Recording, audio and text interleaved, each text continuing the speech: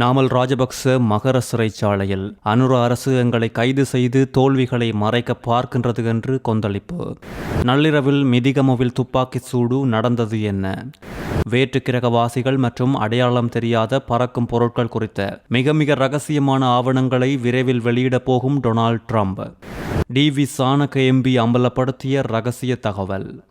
உடனடியாக தகவல் வழங்கவும் பொதுமக்களுக்கு சிஐடி அவசர அறிவுறுத்தல். வலுசக்தி அமைச்சர் பதவி விலகியது எதிர்க்கட்சிக்கு கிடைத்த மிகப்பெரிய வெற்றி. மகிழ்ச்சியில் லசந்த அழகிய வண்ண. திடீரென கோடீஸ்வரர்களாகிவிட்டார்களாம் ஜேவிபி அமைச்சர்கள். சட்ட நடவடிக்கைக்கு தயாராகிய ஐக்கிய மக்கள் சக்தி. மின் கட்டணத்தில் ஆண்டுக்கு ஒருமுறை மாத்திரமே மாற்றம். இலங்கையில் புதிய நடைமுறை.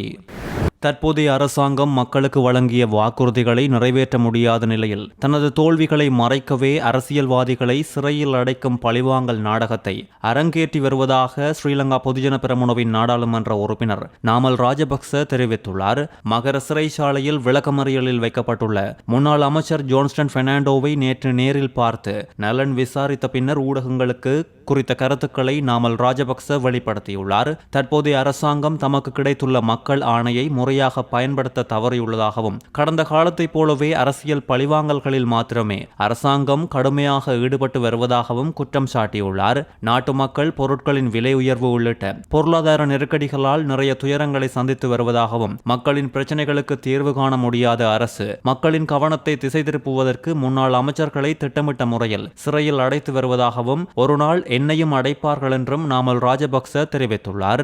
ஊழல் குற்றச்சாட்டில் கைதாகி சிறையில் உள்ள ஜோன்ஸ்டன் பெர்னாண்டோ இப்பொழுது மிகவும் உறுதியான மனநிலையில் உள்ளதாக கூறிய நாமல் அரசியல் ரீதியாக இவ்வாறான சவால்கள் தமக்கு புதியவை அல்ல என்றும் தெரிவித்துள்ளார். நீதிமன்றத்தை ஒருபோதும் விமர்சிக்கப் போவதில்லை என்றும் சட்டத்தின் முன் அனைவரும் சமம் என்பதை தாம் ஏற்றுக்கொள்வதாகவும் ஆனாலும் அனுர அரசு அரசியல் நோக்கங்களுக்காக முன்னெடுக்கும் இவ்வாறான கைது நடவடிக்கைகளுக்கு எதிராக நீதிமன்றம் உரிய நீதியை வழங்கும் என தாம் நம்புவதாகவும் தெரிவித்துள்ளார். கடந்த அரசாங்கத்தின் பாதையிலேயே தற்போதைய ஆட்சியாளர்களும் பயணிக்கின்றனர் என நாமல் ராஜபக்ச சாடியதோடு இவ்வாறான பழிவாங்கல் நடவடிக்கைகள் மூலம் மக்களின் உண்மையான பிரச்சனைகளை ஒருபோதும் மறைக்க முடியாது என்று தெரிவித்துள்ளதோடு ஜனாதிபதி அனுரவையும் அரசையும் நாமல் ராஜபக்ச உட்பட எதிர்க்கட்சியினர் ஓய்வு இல்லாமல் விமர்சித்து வருவதும் குறிப்பிடத்தக்கது. நேற்று இரவு கம்பஹவில் மிதிகம பகுதியில் வீடொன்றை இலக்கு வைத்து துப்பாக்கி சூட்டு சம்பவம் ஒன்று பதிவாகி பரபரப்பை உண்டாக்கியுள்ளது. மிதிகம யாகுவத்த கங்கொட பிரதேசத்தில் உள்ள வீடொன்றின் மீதே குறித்த துப்பாக்கி சூடு இனம் தெரியாத நபர்களால் நடத்தப்பட்டுள்ளதோடு இந்த துப்பாக்கி சூட்டினால் உயிர் சேதங்கள் எதுவும் ஏற்படவில்லை என்றும் ஆனாலும் குறித்த இலக்கு வைக்கப்பட்ட வீட்டுக்கு பலத்த சேதம் ஏற்பட்டுள்ளதாக போலீசார் கூறியுள்ளதோடு சம்பவம் குறித்து மேலதிக விசாரணைகளை மிதிகம போலீசார் மேற்கொண்டு வருகின்றனர். பயணிகளிடம் புத்தாண்டு காலத்தில் அதிகப்படியான கட்டணங்களை அறவிட்ட 80 பேருந்துகளுக்கு அபராதம் விதிக்க தேசிய போக்குவரத்து ஆணைக்குழு அதிரடியாக நடவடிக்கை எடுத்துள்ளது. 680 பேருந்துகள் கடந்த 8ஆம் தேதி முதல் நேற்று 18ஆம் தேதி வரை சோதனைக்கு உட்படுத்தப்பட்டுள்ளதோடு பயணிகளிடம் அதிக கட்டணம் வசூலித்த 80 பேருந்துகள் கண்டறியப்பட்டுள்ளது. மேலதிகமாக பெறப்பட்ட பணம் மீண்டும் பயணிகளுக்கே பெற்றுக் கொடுக்கப்பட்டுள்ளதாக தெரிவிக்கப்பட்டுள்ளதோடு குறித்த பேருந்து நிர்வாகங்களுக்கு அபராதம் விதிக்கவும் நடவடிக்கை எடுக்கப்பட்டுள்ளது. நேற்று ஒரு நாளில் மட்டும் 150 பேருந்துகள் சோதனையிடப்பட்டதோடு அதிக கட்டணம் வசூலித்த 12 பேருந்துகள் அடையாளம் காணப்பட்டதாக தெரிவிக்கப்பட்டுள்ளதோடு எதிர்வரும் 21ஆம் தேதி வரை 24 மணித்தியாலங்களும் பேருந்துகளை சோதனையிடும் இந்த விசேட சுற்றிவளைப்பு நடவடிக்கை முன்னெடுக்க உள்ளதாக தேசிய போக்குவரத்து ஆணைக்குழு திட்டமிட்டுள்ளது. வலுசக்தி அமைச்சர் மற்றும் அமைச்சின் செயலாளர் தமது பதவிகளில் இருந்து விலகியமை எதிர்க்கட்சிக்கு கிடைத்த மிகப்பெரிய வெற்றியாகும் என ஸ்ரீலங்கா சுதந்திர கட்சியின் பொருளாளர் லசந்த அழகிய வண்ண தெரிவித்துள்ளார். சமூக ஊடகங்கள் வாயிலாக முன்னெடுக்கப்பட்ட விழிப்புணர்வு மற்றும் பொதுமக்களின் பலத்த அழுத்தம் காரணமாகவே இவர்கள் பதவி விலகல் இடம்பெற்றுள்ளதாகவும் ஆனால் அரசாங்கம் இதனை ஒரு சுயாதீன விசாரணைக்கான நடவடிக்கை என்று கூறி தம்மை நியாயப்படுத்த பார்ப்பதாகவும் குறிப்பிட்டுள்ளார். ஆளும் கட்சியின் 159 நாடாளுமன்ற உறுப்பினர்களும் வலுசக்தி அமைச்சருக்கு எதிரான நம்பிக்கையில்லா பிரேரணையின் நேரம் எந்த தவறும் நடக்கவில்லை என தெரிவித்து அரசாங்கத்தை பாதுகாத்தனர். ஆனால் அன்று நாடாளுமன்றத்தில் நிரூபிக்க முடியாத உண்மைகள் இன்று மக்கள் முன்னிலையில் நிரூபணமாகியுள்ளது. நிலக்கரி கொள்வனவு நடைமுறையில் பாரிய முறைகேடுகள் உள்ளதாக தணிக்கை அறிக்கைகள் சுட்டிக்காட்டியுள்ளது. ஊழலை ஒழிப்போம் என்று சொல்லி ஆட்சிக்கு வந்தவர்கள் கடந்த 2 வருடங்களாக பழைய ஊழல்கள் குறித்து நடவடிக்கை எடுக்கவில்லை. இப்போது அரசாங்கத்தின் முதலாவது நிலக்கரி டெண்டர் சர்ச்சைக்குள்ளானவுடன் 2009ஆம் ஆண்டு முதல் விசாரிக்க வேண்டும் என சொல்வது முறையற்றது என்றும் தெரிவித்துள்ளார். எதிர்க்கட்சியின் தலைமைத்துவத்தை நாமல் ராஜபக்ச ஏற்க தயாராக இருப்பது குறித்த கேள்விக்கு பதிலளித்த இவர், தாம் தலைமைத்துவத்திற்கு தகுதியானவர் என்று கூறுவதற்கு நாமல் ராஜபக்சவுக்கோ அல்லது எதிர்க்கட்சியில் உள்ள எவருக்கும் உரிமை உண்டு. ஆனாலும் ஸ்ரீலங்கா சுதந்திர கட்சிக்கு என ஒரு தனித்துவமான அடையாளம் உள்ளது. இறுதியில் யார் தகுதியானவர் என்பதை மக்களே தீர்மானிப்பார்கள் என்றும் தெரிவித்துள்ளார். அரசாங்கம் குற்றவாளிகளை பாதுகாப்பதை விடுத்து வெளிப்படையான விசாரணைகளை முன்னெடுக்க வேண்டும் என்று லசந்த அழகியவண்ண இதன் போது வலியுறுத்தியுள்ளார். பணம் பறிக்கும் மோசடி நடவடிக்கை குறித்து குற்றப்புலனாய்வு திணைக்களம் பொதுமக்களுக்கு அவசர எச்சரிக்கையை வழங்கியுள்ளது. பொதுமக்களிடம் போலீஸ் அதிகாரிகள் போல நடித்து பணம் பறிக்கும் மோசடிகள் நாட்டில் அதிகரித்து வருவதாகவும், தொலைபேசி அல்லது இணையத்தில் சைபர் குற்றவாளிகள் தொடர்பு கொண்டு உங்கள் மீது ஒரு விசாரணை நடைபெற்று வருவதாக கூறி மிரட்டி வருவதாகவும் தெரிய வந்துள்ளது. அதிலிருந்து உங்களை காப்பாற்ற அல்லது நிவாரணம் வழங்க பணம் தேவை என்று வலியுறுத்துவதோடு குற்ற விசாரணை என்ற போர்வையில் மக்களை பயமுறுத்தி பணத்தை பறிக்கின்றனர். இப்படியான சைபர் மோசடிகள் தொடர்பில் பொதுமக்கள் மிகவும் அவதானமாக இருக்க வேண்டும் என்றும், கடந்த ஆண்டில் மாத்திரம் சைபர் குற்றங்கள் தொடர்பாக 10,000 முறைப்பாடுகள் கிடைத்துள்ளதோடு அவற்றில் 3100 முறைப்பாடுகள் நேரடியாக சைபர் மோசடிகளுடன் தொடர்புடையவை. தொலைபேசி மூலம் யாரும் அழைப்பு எடுத்து போலீசார் என அடையாளப்படுத்தி பணம் கேட்டால் உடனடியாக உங்கள் பகுதிக்கு அருகிலுள்ள போலீஸ் நிலையத்துக்கு தகவல் வழங்குமாறு கேட்டுக்கொள்வதாக குற்றப்புலனாய்வு திணைக்களம் மேலும் தெரிவித்துள்ளது. வவுனியா வடக்கு மதியாமடு என்ற இடத்தில் உளவு இயந்திரம் கவிழ்ந்ததில் இளம் குடும்பஸ்தர் உயிரிழந்துள்ள துயர சம்பவம் பதிவாகியுள்ளது. வேலை நிமித்தம் உளவு இயந்திரத்தை உயிரிழந்த நபர் செலுத்தி சென்றுள்ள போது கட்டுப்பாட்டை இழந்த உளவு இயந்திரம் திடீரென தடம் புரண்டு விபத்துக்குள்ளாகியுள்ளது.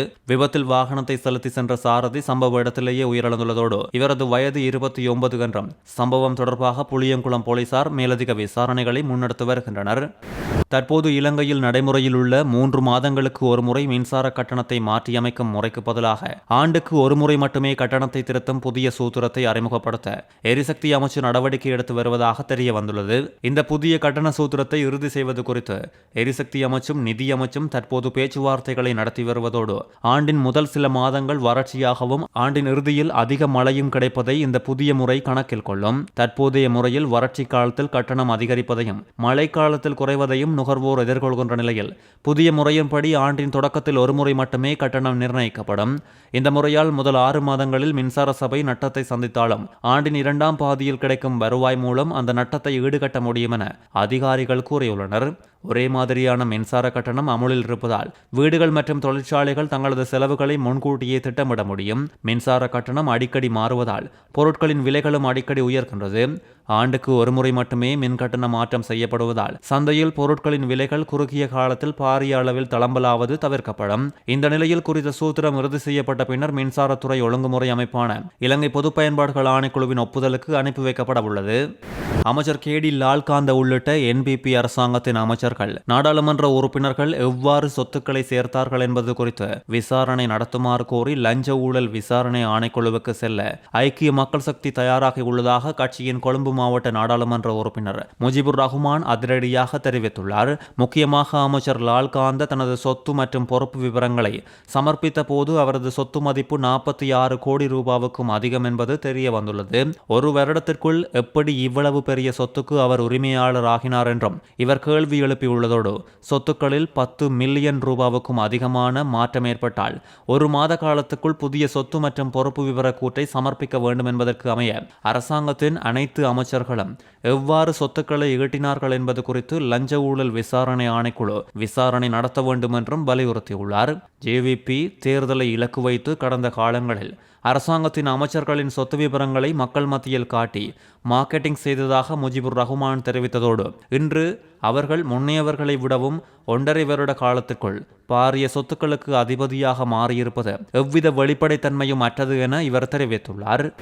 வேற்றுக்கிரகவாசிகள் மற்றும் அடையாளம் தெரியாத பறக்கும் பொருட்கள் குறித்த மிக ரகசியமான ஆவணங்களை கூடிய விரைவில் வெளியிடப் போவதாக அமெரிக்க ஜனாதிபதி டொனால்ட் ட்ரம்ப் அதிரடி அறிவிப்பை வெளியிட்டுள்ளார்.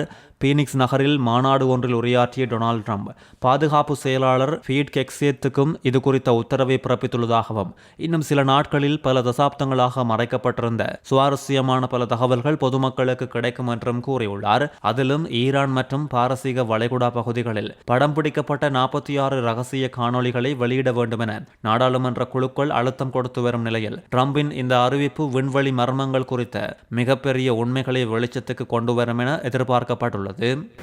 எதிர்வரும் ஜனாதிபதி தேர்தலில் பொதுஜன பெரமுனவுடன் ஒன்றிணைந்த பல கட்சிகளின் கூட்டணியில் நாமல் ராஜபக்ச நிச்சயம் போட்டியிடுவார் என மொட்டு கட்சியின் நாடாளுமன்ற உறுப்பினர் டிவி சாணக்க தெரிவித்துள்ளார். தரமற்ற நிலக்கரியால் நாட்டில் ஏற்பட்டிருக்கும் சிக்கல் குறித்து ஊடகங்களுக்கு கருத்து வெளியிடும் போதே இவர் இதனை தெரிவித்துள்ளதோடு இன்று உலகில் அதிக விலைக்கு எரிபொருளை கொள்வனவு செய்யும் நாடாக நாம் மாறியுள்ளோம். இந்த எரிபொருளில் மின்சாரம் உற்பத்தி செய்யப்படுகின்றது. இந்த டீசலில் மின் உற்பத்தி செய்வதற்கு ஒரு நாளைக்கு 4500 லட்சம் ரூபாய் செலவாகின்றது. அப்பொழுது இந்த பணத்தை செலுத்துவது யார்? அமைச்சரா அல்லது ஜனாதிபதியா? இந்த நிலக்கரி மோசடியை செய்தது அமைச்சர் மட்டுமல்ல, இதற்கு ஜனாதிபதி மற்றும் அமைச்சரவையும் சம்பந்தப்பட்டுள்ளது.